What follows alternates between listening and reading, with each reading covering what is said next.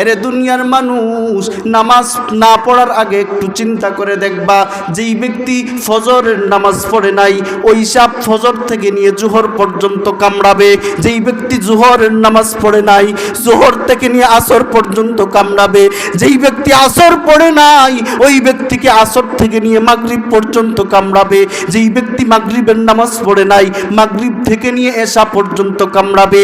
যেই ব্যক্তি এশার নামাজ পড়ে নাই ওই সাপ এশা থেকে নিয়ে ফজর পর্যন্ত কামড়াবে। ভাইরা আমার লক্ষ্য করে দেখুন, আল্লাহর নবী বিশ্ব নবী রাহমাতুল লিল আলামিন বলেন, যারা নামাজ আদায় করে না মরণের সময় তাদের তিনটা শাস্তি হবে। কয়টা শাস্তি? তিনটা শাস্তি।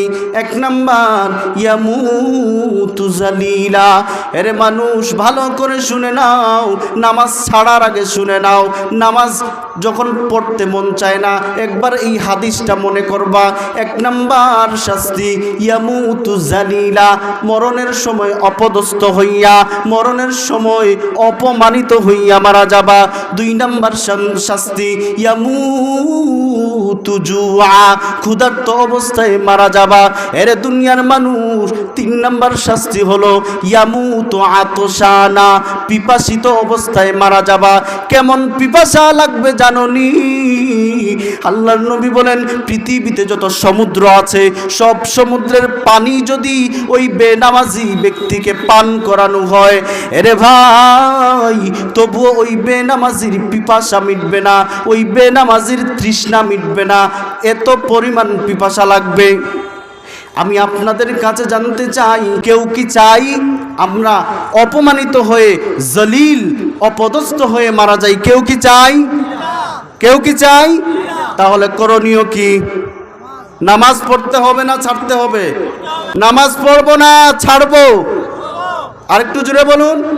দুই নাম্বার, আপনি কি চান মরণের সময় ভুক অবস্থায় ক্ষুধার্ত অবস্থায় মারা যেতে? আপনি কি চান? তাহলে করণীয় কি? নামাজ পড়তে হবে। করণীয় তিন নাম্বার, আপনি কি চান পিপাসিত অবস্থায় মারা যান? যেই পিপাসা দুনিয়ার পুরো সমুদ্রের পানি পান করাইলেও মিটে না, ওই ধরনের পিপাসিত হয়ে মরতে চান? তাহলে করণীয় নামাজ পড়বো নাকি ছাড়বো? ইনশাআল্লাহ।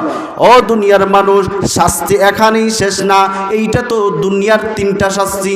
আল্লাহর নবী বলেন, যারা বেনামাজি, যারা নামাজ পড়তে চায় না, নামাজ আদায় করতে চায় না তাদের আরো তিনটা শাস্তি আছে মরণের পরে। সেই শাস্তিগুলো কি?